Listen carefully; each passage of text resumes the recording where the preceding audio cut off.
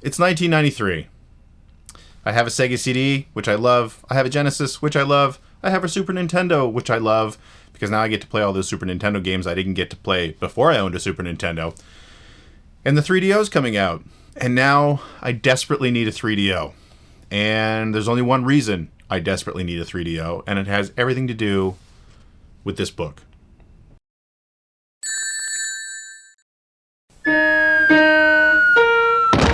If you're not playing on a 3DO system,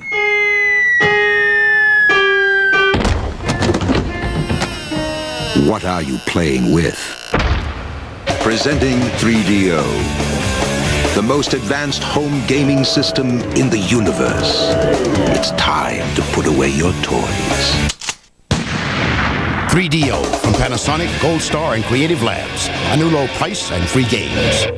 Hello and welcome to the latest episode of Growing Up Gaming. I'm your host, Greg Sewart. I've been going through mostly systems that I had as I was growing up and the impact they had on me as a person who games. I don't like that other term.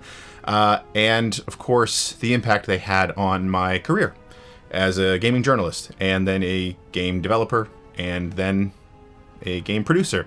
And this episode was going to be about the Sega Saturn because for some reason I completely glossed over the time when I bought a 3DO. But now we're going to talk about that. But we have to go back. We have to go back a little bit further. So when I was a kid, and I think I've mentioned this in this series before, my mom worked at a barbershop at a local mall, and this local mall also happened to have a Radio Shack. I spent a lot of time there because my mom worked at the mall. And Radio Shack back then was... it had a lot of stuff in it, obviously.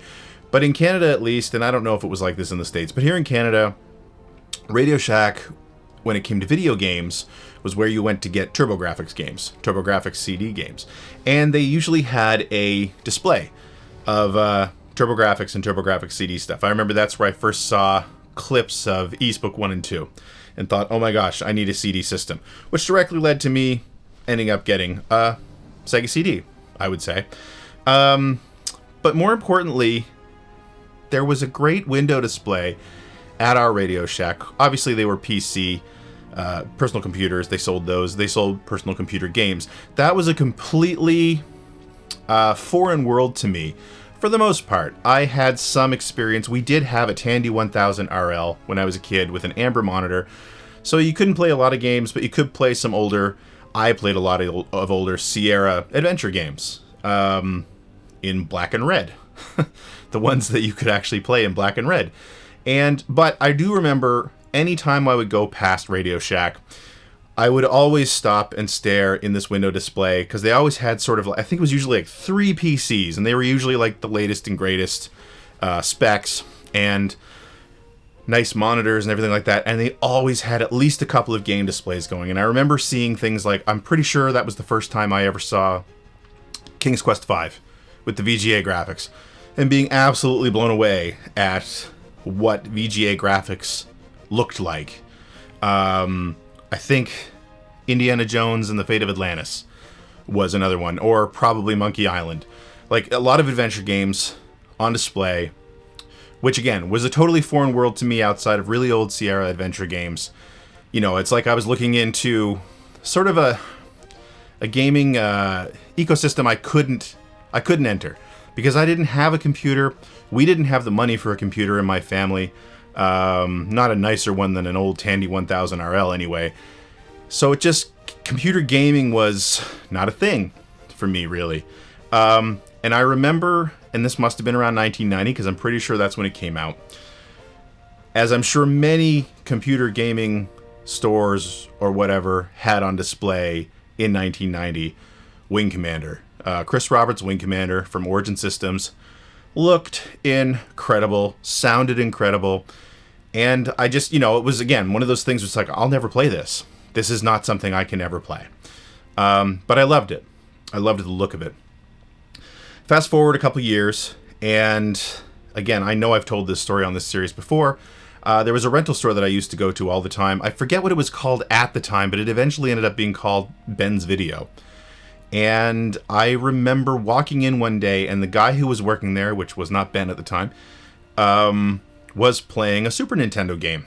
And I poked my head around the corner to see what game he was playing, and he's playing Wing Commander, the Super Nintendo version of Wing Commander. Which blew me away, as it had. Of course, I remembered seeing it back on those PC displays at Radio Shack, and thinking, oh my god, I have a Super Nintendo, I can play Wing Commander now. And so I rented it. I loved it, I played through it, and that was kind of it. Wing Commander also came out on the Sega CD a little bit later, and I didn't really play that version of it too much. But Wing Commander always stuck with me. And again, didn't have money for a computer, so never ever experienced. I think there was at least one, if not both, of the original mission packs came out on Super Nintendo. I never really played them on the Super Nintendo. Never experienced those. Never experienced. I knew they existed, but Wing Commander Privateer, Wing Commander Armada, Wing Commander 2, which looked so cool, but again, not something I would ever experience playing console games. So I was still infatuated with the series, but I couldn't play it. And then, I don't remember, this was sort of pre-internet, or pre-internet for me anyway. I'm sure I had access to the internet sporadically, so I may have seen a video. But I remember going into, not Radio Shack, some other computer gaming store, and seeing this book, which is the Origin Official Guide to Wing Commander 3. So Wing Commander 3 was kind of a big deal. At the time, it was getting a lot of press. The main reason being is because, of course, we were in the mid-90s. The multimedia sort of revolution was happening in video games, and I've talked about this a lot. This was the reason I had a Sega CD. There was the TurboGrafx 16 CD. CD-ROM was happening. Full motion video in video games was happening, and full motion video games, mostly by Digital Pictures, were a thing. And I loved them. And we were still in the process as an industry of figuring out what multimedia was going to look like as far as gaming went, and traditional gaming especially. And while I don't know if it was the first, Wing Commander 3 was an early example of sort of melding the ability for multimedia gaming and mass storage of CD-ROM to use full motion video to enhance, and to be playable in a way, but to enhance sort of a traditional game. I bought this book. I bought it as soon as I saw it, because not only was I excited to learn about anything I could learn about as far as Wing Commander went, but also a full third of this book is a making of article. So like the first 2/3 of the book are strategies and information on the different ships, information on the different wingmen and stuff like that. And then the final third is a bunch of interviews with like Chris Roberts and I forget all the other names, but a lot of other names of people that worked on it, as well as like sort of just an outline of how they made the game. Both from the sort of flight sim stuff where, you know, it was all 3D graphics. This was pre-3D accelerator, which was a big deal. But I mean, that was kind of what Wing Commander was known for, because the first Wing Commander was kind of known for being this great sort of space flight sim in an era when you weren't seeing a lot of that. And it's given a lot of credit for sort of kicking that off, like things like X-Wing and that sort of thing coming afterwards. So anyway, that was really cool. But the other thing they outlined was that they were talking about the production of the full motion video, which there was a ton of. And it was starring Mark Hamill. I mean, like, the game starred Mark Hamill. You know, it's Luke Skywalker. Tom Wilson's in it, of course, which was Biff from Back to the Future. Those were the two biggest names. Ginger Lynn was in it. I didn't know who Ginger Lynn was at the time, but she was a pretty well-known porn star in the 80s. And a slew of other actors that I recognized. And, of course, Malcolm McDowell playing Jeffrey Tolwyn, Admiral Tolwyn, who was also a character from the previous games. So it was just... Oh, and John Rhys Davies was in it, too, which this was pre-Lord of the Rings, which is, I think, where he got a lot of his nerd cachet. But before that, obviously, he played Sala in a couple of Indiana Jones movies.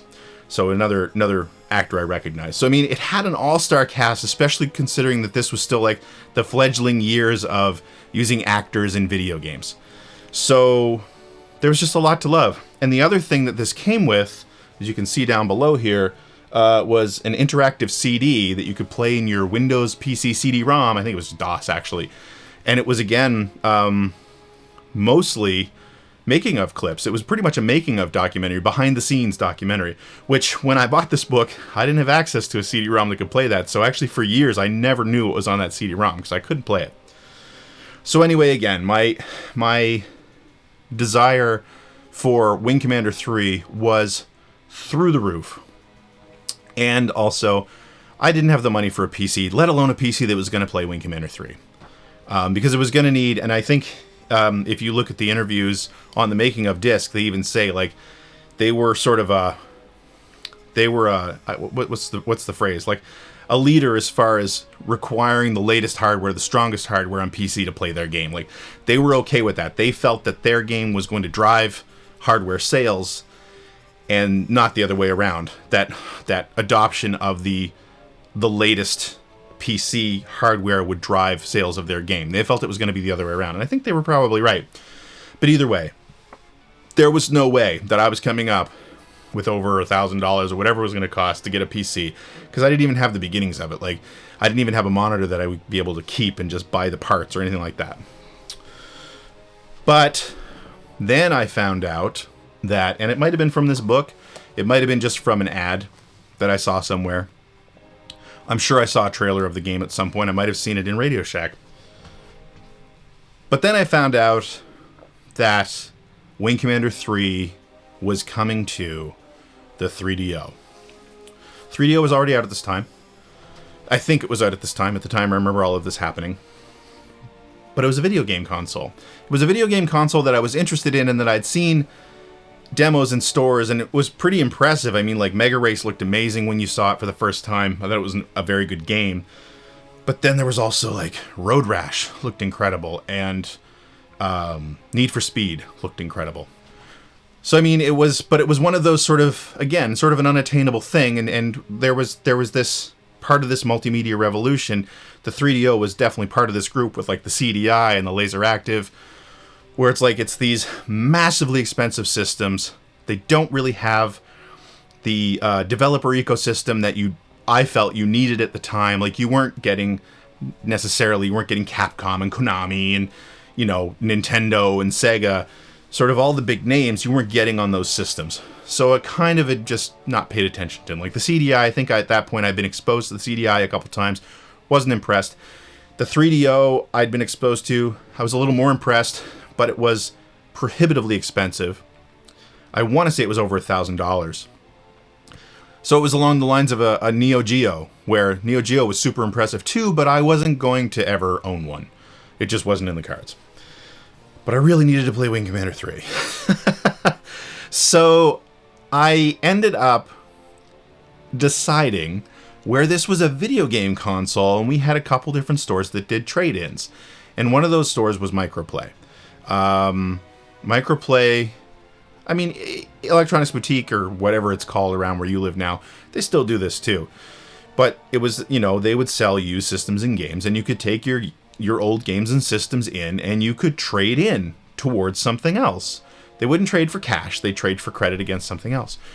I needed a 3DO because Wing Commander 3 was coming out, and that was the only way, in my mind, my 16-year-old mind, 17-year-old mind, the only way I was ever going to get to play Wing Commander 3, like at home, on my own, not just trying it out at a friend's house, was to get a 3DO.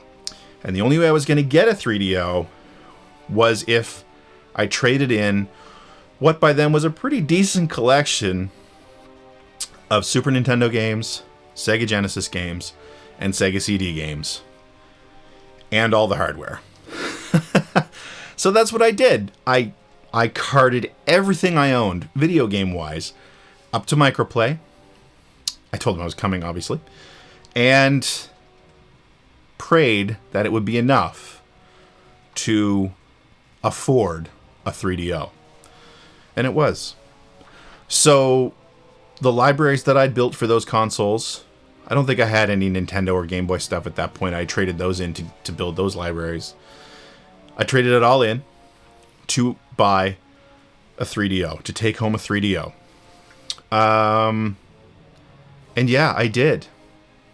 So for a very short while, my sole gaming console in my home was a Panasonic Real 3DO.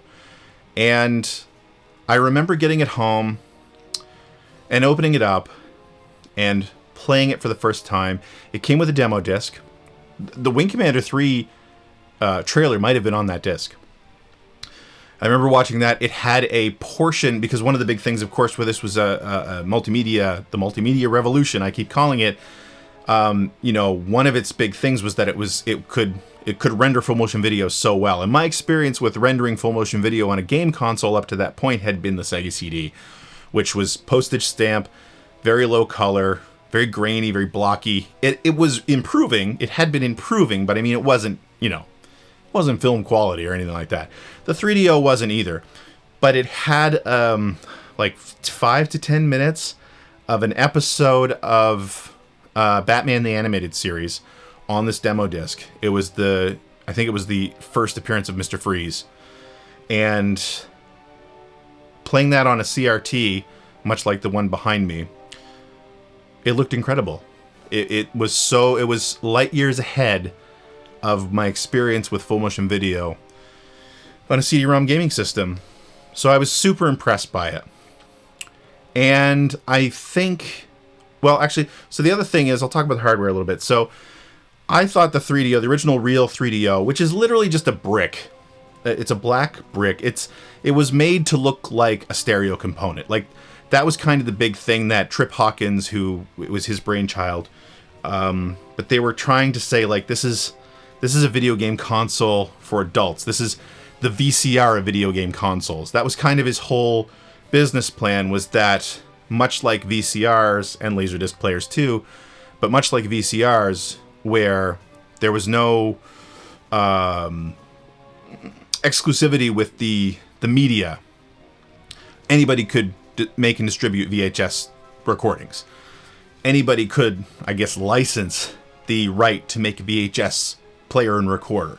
So like you go in and of course that created competition. It drove down prices. That was the idea. That was the idea behind the 3DO. The 3DO, anybody could license it and release it, and that would hopefully drive down prices, bring up competition. That never really happened. But it was meant to look like a serious stereo component as you would find in multimedia home systems at the time, which were always black, almost always black, sometimes silver. They were longish. You could stack them. The 3DO kind of fit that mold, and it had one controller port in the front, and it had a power button and an eject button with a red light and a green light, and that was it. And I thought it looked great, and it had like a really nice texture on the plastic as well. I thought it looked amazing. And on top of that, and I'm going to actually hold this up, the controller had a lot going for it. So, I mean, it was basically a Genesis controller. The D-pad wasn't as nice, but there was a couple really important things about this controller. One, it had shoulder buttons like the Super Nintendo. It had a very long cable, which through the years as I've started covering the Pioneer LaserActive, I remember reading reviews of that console at the time, because it was very much from the same mold of like, this is a component, this is for serious audio files and video files and adults who want to have this stuff in their library. I remember a product review for that complaining at how short the controller cords were, because people said, like, true audio and video files, they're going to have really big TVs, and you have this tiny little cable, so if you want to play this thing, you're going to be sitting right in front of this gigantic TV. Panasonic and 3DO got this right. The cable is, I think it's like 6 feet long or something like that. And two other things, you could daisy chain. So while there was only one controller port on the front of the system, the controller had another controller port in the top of it. So you could daisy chain the controllers for multiplayer. And then to me, the biggest thing, being a kid, wanting to play late at night, wanting to be able to listen to my games in stereo, but not disturb my dad, who was asleep, headphone jack. in the bottom of the controller along with the volume control. Great stuff. Anyway, I have my 3DO. And I had gotten it way before Wing Commander 3 came out. I think Wing Commander 3 came out the end of 1995. So I think I got this either late 94 or early 95. It was months before Wing Commander came out. And so... Wing Commander 3 anyway. And so I needed other games. But as I'd mentioned, I'd seen demos of Need for Speed and Road Rash. They were both sort of showpieces for the system. So I don't know if I got those right away or if I bought them later on and I just rented them at first. But I ended up with Road Rash and I ended up with Need for Speed and absolutely adored those games. Of course, for Need for Speed, that was the kickoff for the series that still exists. But it was basically, and I've never gone and really looked this up, it was basically Test Drive. It was a newer version of Test Drive. I think it was made by the same, or at least people adjacent to Test Drive, because I think at that point, Accolade owned the Test Drive name.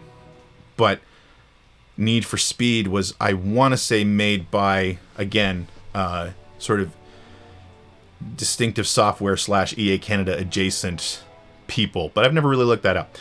But again, it was a nice mixture of, it was presented by Road and Track. The full title was Road and Track Presents the Need for Speed. So Road and Track, of course, was a pretty famous car magazine. And so they took advantage of the multimedia aspects of this again, because they featured real licensed cars, supercars. So I think there was a Diablo, and there was some form of Ferrari in there. There was an Acura NSX. There was a Porsche 911. I don't know. There weren't a ton of cars, but they were all licensed supercars. And a Jaguar XJ220, I think, was in there as well. And so the 3D engine worked pretty well. It was looking back now, it looked like it was an engine that was actually streaming the world. It was a 3D world that was being streamed from the disc that you were driving down. The speed was not great, but it was good enough. The car renders were not amazing, but they were way better than anything that was happening on a home console at that time. And it was peppered with two different types of video. One was basically car porn. I mean, you know, you could go in and look at any of the vehicles, and you got these just gorgeous videos of the cars, you know, going down test tracks and driving down like autumn roads or like a wet highway at night and doing power slides and all these beautiful angles and getting, you know, just all these amazing images and footage of these cars, these beautiful cars. And, you know, again, it was a step up from what I think anybody would have been used to from console racers at the time. And then there was also your rival who you raced, the only guy you actually raced in the game, and he was portrayed by an actor whose name escapes me, but I will run footage of him here, and sadly he's since passed away. But he's just this sort of really kind of goofy looking guy, but he's trying so hard to be 90s cool, to the point that it's really amusing. We loved that guy. We played those videos over and over again. My friends and I just absolutely loved that guy. Well, well, well, look who's here. Another warrior comes a-knocking on my hallowed halls. Beyond this is a challenge from which there is no turning back. Prepare yourself for a turbocharged world of endless blacktop, where the winners reign in infamy and the losers are turned away by the thousands. So let's get ready to rumble. So there was that. And then there was Road Rash. And Road Rash, now, this wasn't a series, obviously, that was kicked off on the 3DO, but Trip Hawkins, formerly of Electronic Arts, had a sweet deal going with Electronic Arts for the 3DO, so there was a lot of support from them on the system, which I think really saved the system in the early years. And so Road Rash was a series I already loved on the Genesis, and there had already been two, I think. Yeah, just Road Rash 1 and 2, which are great games. But this one, oh my god. So again, talking just about the racing itself, it looked like, again, it was using a 3D world that was streamed off the disc. And it's running on the TV behind me there. And it was It was super fast. It had a great sense of speed. It had great engine audio. Didn't have great audio otherwise, but it had great engine audio. But that's not what it's remembered for. When you first turned on Road Rash on the 3DO, you were greeted with this amazing, and it's 90s amazing, footage of bike racers running from the police, racing each other, punching each other. It's actually literally running behind me right now on that screen. And it all runs over Rusty Chain by Soundgarden. And you have to understand that at this time, not like today, and not like it was in the late 90s, I'd say like Tony Hawk was probably one of the greatest examples of early licensed soundtracks, and that becoming a thing in games. And like, Crazy Taxi was really notable in later years as well. But this was one of the very first times that you were getting licensed music in a video game. And it was so contemporary on top of that. And it was Red Book, so it was the actual recordings. It wasn't sort of like a MIDI interpretation of a popular song. It was Soundgarden. You were listening to Soundgarden. And Swerve Driver, I think, was another band. I didn't know all the bands in there. And there's a great story about how they even ended up in there, because again, licensing for video games wasn't a thing. And there are interviews out there from the producer of Road Rash saying, like, we wanted Soundgarden and we didn't know how to go about it. And when we got a hold of their manager, they didn't know how to go about it, But it turned out that Soundgarden, the band members, were huge fans of Road Rash on the Genesis, and they apparently played it in their bus on tour and stuff like that. Anyway, an incredible soundtrack. It was so, like, I'm having trouble finding the words to really convey how profoundly Road Rash on the 3DO changed sort of the musical landscape of video games. And it kind of overshadows the game itself. That's what it's remembered for. And I think rightfully so, but it is a really good game. So I got a ton of time, played a ton of hours of Road Rash and Need for Speed. And again, showpiece. Friends would come over and they'd play it, and they'd be so impressed by my 3DO, which was awesome. That was a lot of fun. It always made me happy. Still waiting on Wing Commander 3, obviously, because again, didn't come out till the end of 95. But what was out on... there were a lot of games out on the 3DO. I remember playing like Rebel Assault. Digital Pictures remade a lot of their games for the 3DO. You could get Sewer Shark, you could get Night Trap. I think Corpse Killer was on there as well. A lot of other multimedia stuff like the Daedalus Encounter, and there was a lot out there. Return Fire, another great game on the 3DO. Anyway,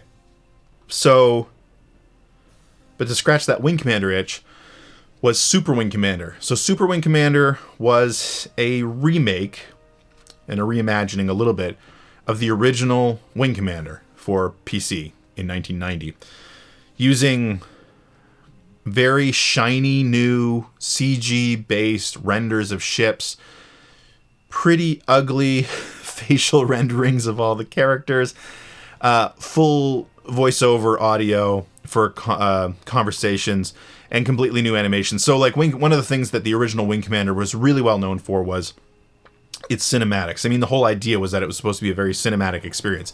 Like, when you turned on Wing Commander on PC, I think the very first scene was actually an orchestra warming up and a conductor tapping his baton, and then the Origin logo would come in, and now you're in Wing Commander. But you probably remember, if you have any memory of that game when it was new, that there was a whole scene. You would get your mission briefing in this briefing room, and then the camera would pull back, and a whole host of pilots would stand up, all in silhouette. And then you'd have a pilot and a mechanic running down a hallway to this great musical track. The pilot would climb up into the cockpit would close, and then you were in the game, and you were shot out into space, and you're running your mission. So they had reimaginings of that, but looked way more like a very, very early rudimentary version of like Iron Man putting on his suit. Like the pilot would go into a T-pose and back into this thing that it looks like if he was a millimeter off in any direction, he was going to lose a limb. And then this press would close over him, and he'd come back out with his flight suit on and everything. It was really funny. But anyway, and it wasn't amazing, but it was Wing Commander. And so I ended up getting Super Wing Commander, playing through that. I think that version was also available on Macintosh computers. Ended up playing through Wing Commander while I was killing time. But then Wing Commander 3 came out. And oh my god, it was all worth it. That's all I'm going to say, is it was all worth it. Wing Commander 3 on the 3DO was not as good as the PC game. How could it be? But it came on 4 discs, I think. And it sure was a very respectable version of Wing Commander 3. I'm going to go ahead and say, because Wing Commander 3 actually did come out subsequently on PlayStation, the video quality was a little bit better on the PlayStation. The game played better on the 3DO, as far as I'm concerned. I'd never liked Wing Commander 3 on the PlayStation. I adored that game. Oh my god, I adored that game. Again, it didn't play as well as the PC game. In the PC game, when you're fighting capital ships, you can target individual weapons on the hull of the ship. If it's a carrier, you can actually fly into the carrier bay. That's kind of a bit of a pro tip. If you fly into the carrier bay and fire off your missiles in there are no shields in the carrier bay. You've actually gone through the shields. Just so you know. You can't do any of that in Wing Commander 3 on the 3DO. But it is a superbly well-made port for a system that wasn't as powerful as the PC systems it was built for originally. And so I loved it. I absolutely loved it. And again, and I'm just looking down at my phone here because I have some notes written as far as other games. Looking back at sort of the rest of the 3DO library, not a lot else stands out, unfortunately. My time with the 3DO didn't last super long. I think I bought it in early 94. I think I had a Saturn by early 96. Maybe even late 95. So, and I'm pretty sure I got rid of my 3DO to get that. But I do remember, again, Return Fire was fantastic. It also had a great port of Super Street Fighter 2 Turbo, which, while I'm not really a fighting game guy now, I really was back then because everybody was, It was hard not to be a fighting game person because that was the dominant genre in the mid-90s. Like, everyone played Mortal Kombat. Everyone played Street Fighter 2. And so Super Street Fighter 2 Turbo on the 3DO was great. I really enjoyed it a lot. And played a lot of it with my friends. And it also had a wonderful port of Samurai Showdown, the Neo Geo game. So again, great game. I've never been a Samurai Showdown guy, per se, but it was a good port, as far as I was concerned. I'm sure somebody who is a Samurai Showdown guy can say, or girl can say, no, it wasn't. I'm not going to argue with you because I don't really know, but I liked it. So, so yeah. And one more sort of postscript. I ended up getting rid of my 3DO. I got a Saturn. I got a PlayStation. That was the point where I was starting to, have a career, have some money. I rebuilt my Genesis and Super Nintendo and Sega CD libraries eventually. And I eventually got another 3DO, and I rebuilt my 3DO library to a point. Because while there aren't a ton of games that I love on that system, the games that I love on that system, I really, really love on that system. And again, it kind of represents what I've talked about here before, the same reason I was so excited about the Sega CD, and the same reason I've always been so excited about what video games were in the 90s. Because we were on the precipice of everything changing, and multimedia was such a big deal, and it was such an unknown, and it was so experimental. People didn't know what to do with it, which meant that there were a lot of things being tried, and, probably 85% of those things that were tried didn't work.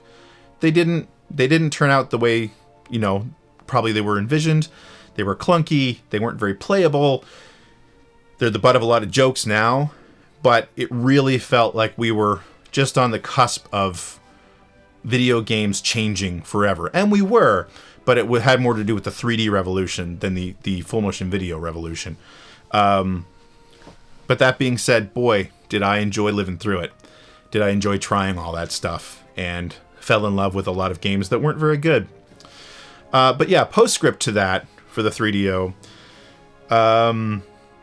For like 14 years now, I've been raising money for Extra Life, which is a Children's Miracle Network charity, and for my local children's hospital here in Halifax, the IWK Children's Hospital. And so I've done a lot of gaming marathons over the last 14 years, and a lot of times I'll try to theme my marathons, and I'll take requests. And there was one of the other things about the multimedia, sort of as multimedia rose on home consoles and on PCs, the game show style games became big for a while there. They were always a thing on consoles, but they were always really clunky. And I'm not saying they were less clunky when you had a full motion video, but they were at least more interesting. But there was one game show game that I remember, and I'm looking at my notes here again, that I remember seeing on the shelf over and over again. I wasn't interested in game show games. I didn't care. I wanted to play Wing Commander. I wanted to play Road Rash. I wanted to play Super Street Fighter 2 Turbo. But there was a game called Twisted, which, again, I saw. It's like, that looks like your standard multimedia garbage. I'll never play that. But somebody requested that we play Twisted during this marathon, and I happened to have 3 people with me, so we could play 4 players. And let me tell you, that is my enduring memory of that year's Extra Life marathon. We had so much fun playing Twisted, and it was a very MTV 90s full motion video esque game show game. But oh my god, did we have fun with that. Like, it was so weird. I expected just having to survive the hour of the marathon playing that, and it was just a pass the controller game. And I think I speak for all 4 of us who were there. And actually, I know for sure, because a couple of the people that were there have recently brought up, like, you remember when we were playing that game show game on the 3DO that year? That was fantastic. Like, we had so much fun. So the 3DO has a place. I would say, as far as sort of the boutique, the really super expensive boutique consoles of the 90s, like the Neo... Well, maybe I wouldn't include the Neo Geo, because it had much more traditional games, and it was all fighting games. Not all, but it focused on fighting games in the second half of its lifespan. But yeah, like the CDI, the 3DO, the LaserActive, the Pippin, all those sort of boutique attempts to bring multimedia gaming in the form of a prototypical set-top box, like Nolan Bushnell, that's how he described the CDI at one point, was, we pretty much were trying to put a computer on top of everyone's TV, but it can't look or interact like a computer because nobody's going to want to use it. It needs to be like a game console or a multimedia element in a entertainment system, entertainment center. Out of all those that were released, I would say the 3DO was the best out of all of them. Was it in the same league as the Saturn or the PlayStation or even the Sega CD? No, not even close. It was way too expensive. The games that came out for it, while it had some bright spots and it did touch on some big genres of the time, racing games, there was some really good stuff there. Gex was a decent platformer. It wasn't amazing. There were a few RPGs here and there, but you weren't getting something on the quality scale of like a Phantasy Star or a Final Fantasy or any other Square RPG, any NX RPG. You were getting a lot of B-tier stuff. But out of those 3 or 4 consoles, the best stuff was coming out on the 3DO. Oh, also I wanted to mention, that was the first time that I ever saw mainstream console that had basically softcore porn on it. Vivid Video released a lot of discs for the 3DO, and there was an interactive stripping game called Neurodancer that I ended up getting a copy of somehow, which is, it sure was something. Anyone who experienced it knows what I mean. But yeah, it was a great system. I look back on this. It's funny because as I was going through this series, I was ready to move on to the Saturn, and I have a lot of things to say about the Saturn. The Saturn is one of my favorite consoles of all time, and so I say this fully aware that I completely forgot that I should do a video about the 3DO before I moved on to the Saturn. But I loved my 3DO, and I didn't regret getting rid of those games so that I could experience that 3DO, even if it was for a couple of years, because while I had a very small library, and while I had it for a very short amount of time, I really enjoyed my time with it. Again, I would never compare its library to any of the mainstream consoles around it, but I'm so glad I got to play those games back when they were new. They don't hold up. Like, I'll say this a lot when I talk about the Saturn in the next episode, that one of my biggest joys being a Saturn fan back when it was new versus now when it feels like people are discovering all these great games that some of us already knew about, but so many people didn't. And it's great to see them discover them and fall in love with them. I don't think that's going to happen on 3DO games. I don't think that's a thing. I think maybe a certain subset of people, it will be like that. But I think there's way more love for those games is way more nostalgia based than it is based on most of them being legitimately good games. Even if the design is great, the performance isn't. Because while the system was really powerful, a lot of the games weren't really created, I think, very efficiently. So you had a lot of frame rate issues.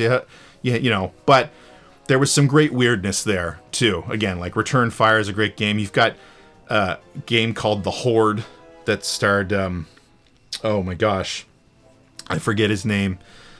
Teen Heartthrob, Kurt something. Anyway, Kirk Cameron starred Kirk Cameron. That was weird. Again, the Daedalus Encounter. I think there was Myst on that system. There was a lot of games. But again, I don't think people are going to remember that. I don't think people will go back and look at that system's library and say, oh my God, there are so many great games on this system. But I think those of us who experienced it or even experienced demos can look at that and go like, wow, I have some really fond memories of this. That's where I sit anyway. I can still play Road Rash over and over again. Road Rash is fantastic. But anyway, yeah, those are my memories of the 3DO. And so I'm going to ask, like, did you have a 3DO? Or did you have access to a 3DO? Do you have any strong memories about it? Or was it one of those things that you were pressed up against the glass at a video game shop looking at a demo? Or, maybe a friend had one. Maybe a friend's rich parents bought one for them. And you had access. But yeah, I would love to hear your thoughts in the comments below. Please do so. In the meantime, thank you so much for watching. I've been Greg Sewart. This has been Growing Up Gaming, the 3DO years. Hope to see you again on my next video. Goodbye. What time will my daughter be home? The passive type probably plays Nintendo. What time will my daughter be home? Somewhere between 10 and 2. The aggressive type probably plays Sega. What time will my daughter be home? You want her back? And the other type definitely plays 3DO, the most advanced home gaming system in the universe. 3DO from Panasonic Gold Star and Creative Labs. Now $3.99 plus free games.